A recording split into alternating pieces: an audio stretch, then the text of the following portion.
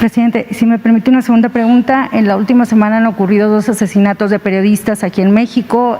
Ocurrió hace días el de José Luis Gamboa, fue apuñalado en Veracruz, y también ayer el de Margarito Esquivel en Tijuana. Yo le quiero preguntar, presidente, ¿por qué considera, o cuál es desde su punto de vista, por qué siguen siendo o seguimos siendo tan vulnerables los periodistas, las y los periodistas aquí en México? ¿Qué garantías también va a dar su gobierno para que podamos, todo el gremio, continuar con el ejercicio de la libertad de prensa? Y también preguntarle si no considera que de las críticas que se hacen desde un foro tan relevante como son la conferencia mañanera aumentan los riesgos para el gremio periodístico. Muchas gracias. No, esto último no, esa es una especulación. Yo diría que incorrecta. O sea, no tiene nada que ver. O sea, si analizamos caso por caso, no hay ninguna relación. Pasado mañana, que es el informe sobre seguridad, se van a hablar sobre estos casos, o sea, sobre los móviles, sobre el porqué estos asesinatos. Ahora, al contrario, hay 2 cosas distintas.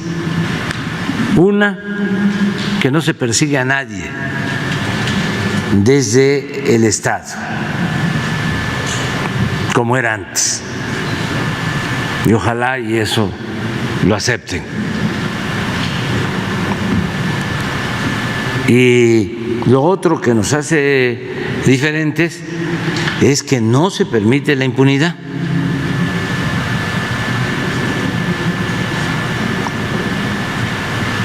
Pasado mañana vamos a hablar de ese tema.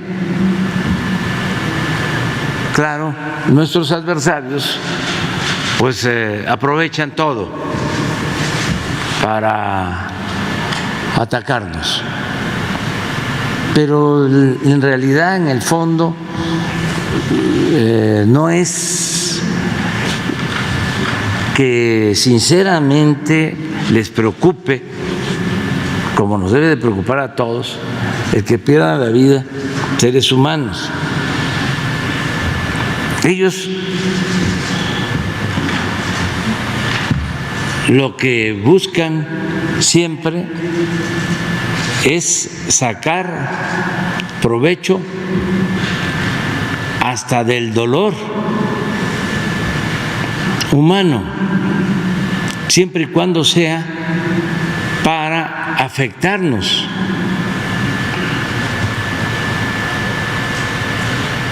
Porque son muy deshonestos.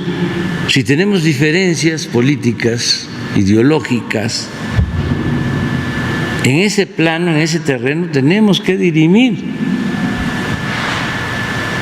nuestras diferencias, no utilizar cosas que tienen que ver con el dolor, ¿no?, con la desdicha de otras personas.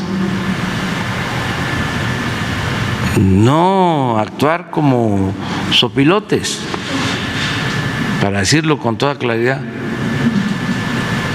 Estamos en un proceso de transformación, están muy molestos algunos, sobre todo los de la élite, los de arriba, no todos, pero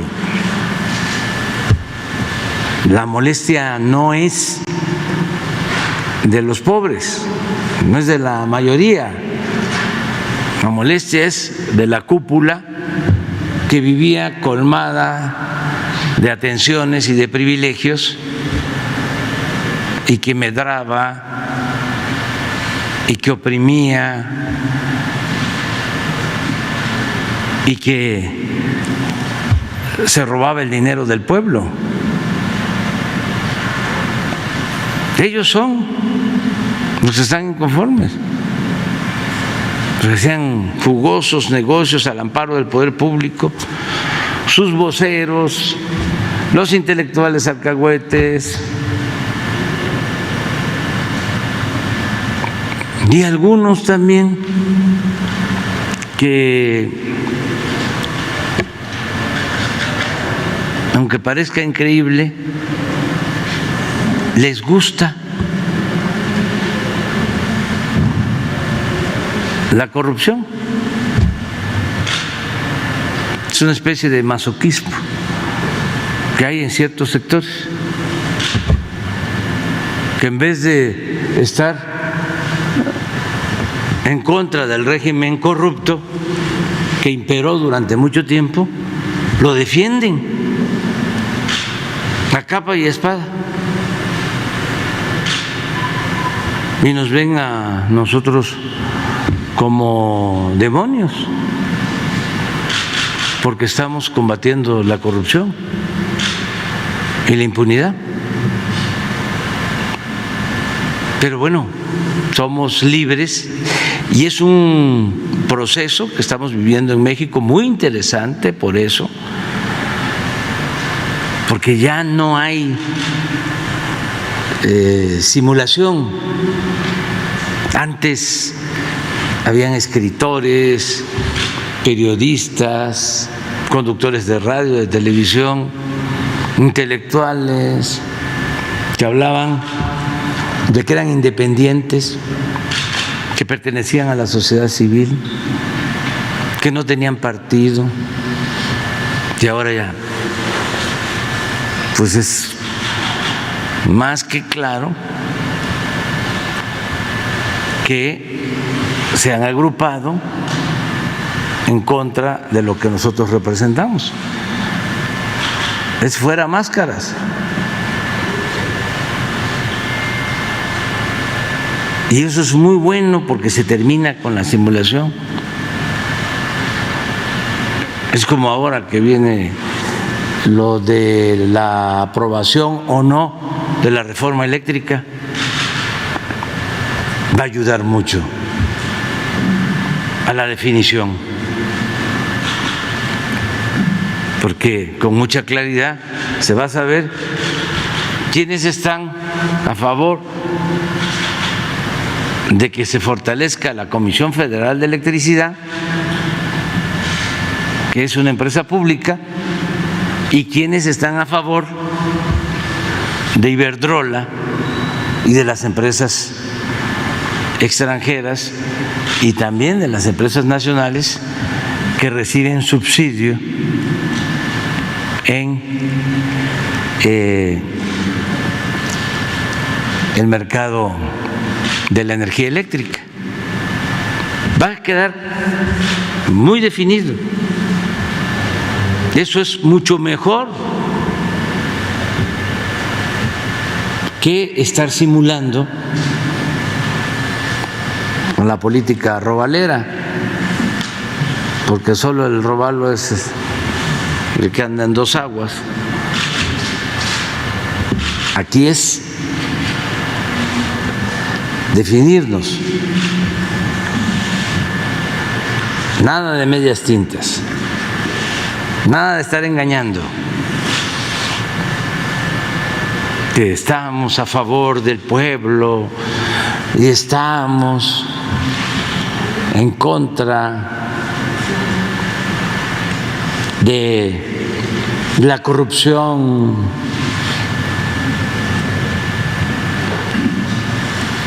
Y la ley es la ley y el Estado de Derecho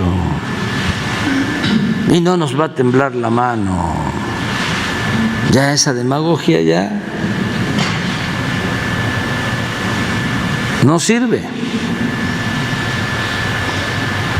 Y no porque lo diga yo, sino porque la gente ya no les cree.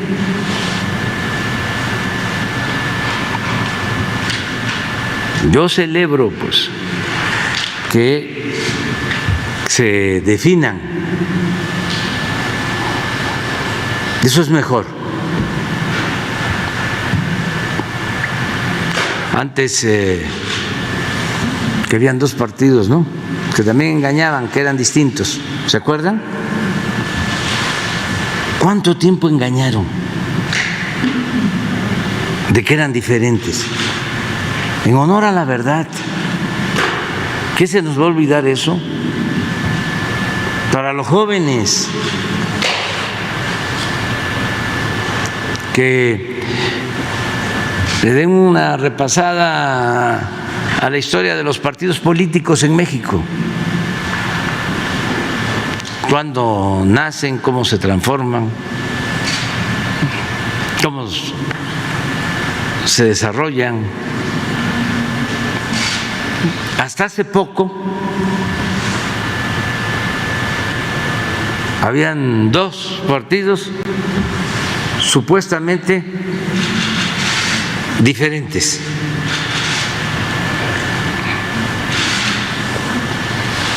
Y al final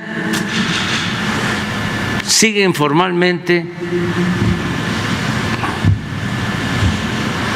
como partidos independientes, distintos, pero en los hechos son lo mismo, incluso hacen alianzas, postulan a los mismos candidatos,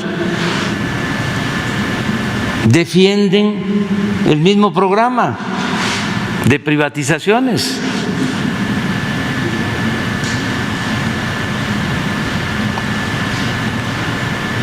Entonces ya eso se terminó.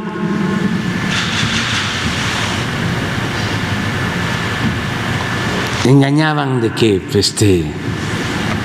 eran unos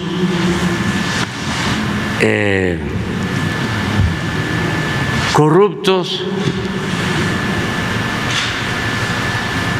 y otros eran gentes de bien. Nada, hipócritas. La única diferencia es que unos eran corruptos cínicos y los otros corruptos hipócritas. Esa es la única diferencia. Pero ahora afortunadamente ya no hay eso, ya no pueden engañar.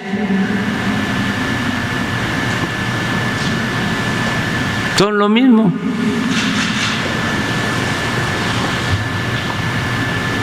Y esto es muy bueno.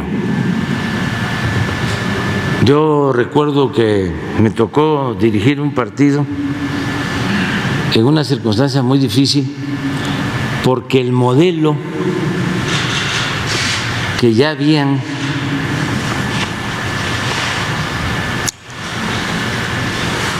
proyectado para México era el de un bipartidismo.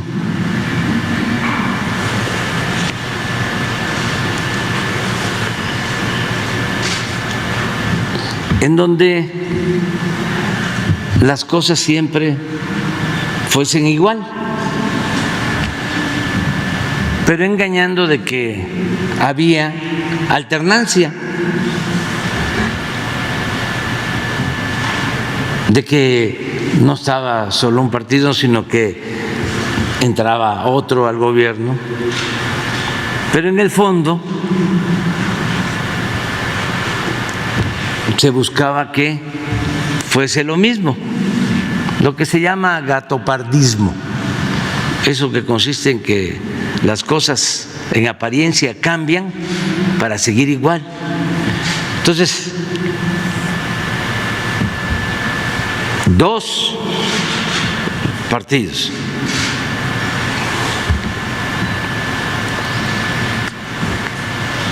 sin diferencias de fondo, como la Coca-Cola y la Pepsi-Cola.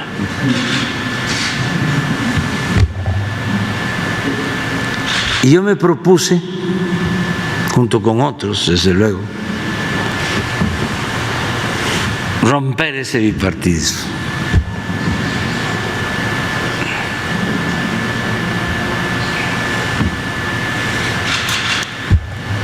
Y lo logramos.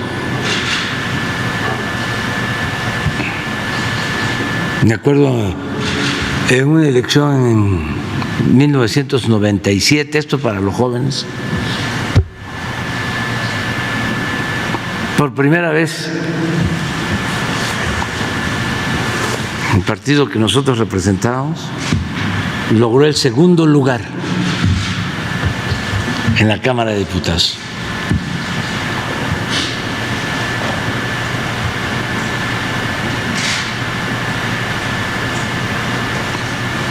Ahora estaba yo viendo a este señor Morales Lechuga, que dice que no se había tenido un presidente tan malo como el que les habla desde hace 90 años. Y me puse a pensar, ¿qué le hice yo a este señor? Pues fíjense que sí, tuvimos que ver, porque él había estado con Salinas, creo que había estado hasta de procurador en la Ciudad de México y quería ser candidato a gobernador en Veracruz, siendo yo dirigente de ese partido. Y los dirigentes de ese partido en Veracruz ya estaban todos arreglados. Pero imagínense, no se puede avanzar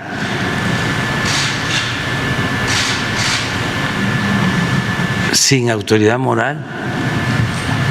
No se pueden dejar trozos de dignidad en el camino.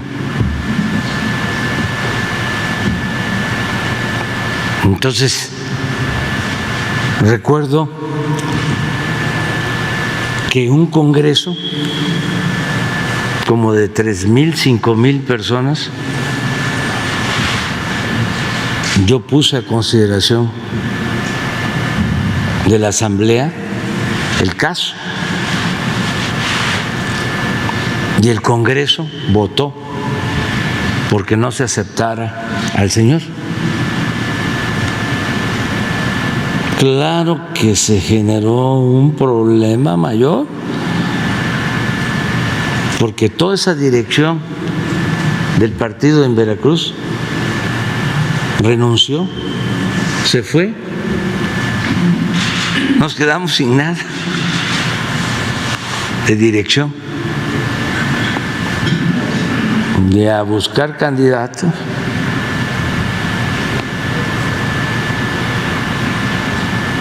Que era muy difícil, pero es a veces mejor perder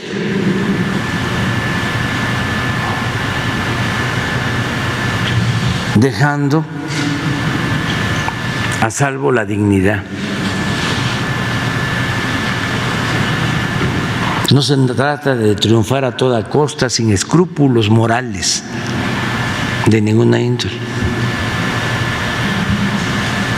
Entonces me acordé de ese tema porque dije, bueno, ¿por qué el señor no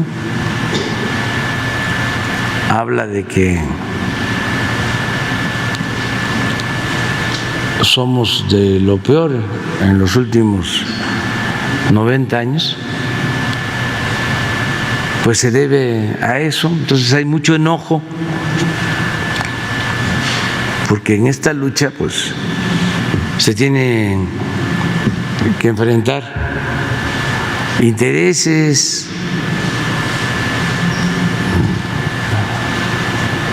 creados, privilegios. Pues es normal que no nos quieran, pero también que eso es la parte que reconforta. Hay mucha gente que nos apoya, mucha gente, y a veces hablan de polarización. Pues no, La polarización es por la desigualdad. La polarización es porque hay una monstruosa desigualdad. Una minoría tiene mucho y la mayoría tiene poco. Esa es una polarización. Pero lo político, no. Porque la mayoría de nuestro pueblo está a favor del cambio, está a favor de la transformación, quiere que se destierre la corrupción. La mayoría es una élite, pero son muy pocos, es una minoría, los inconformes, porque pertenecían al antiguo régimen corrupto, de injusticias, de privilegios, y eso ya cambió, afortunadamente. Pero bueno, es para contestar así más ampliamente tu pregunta.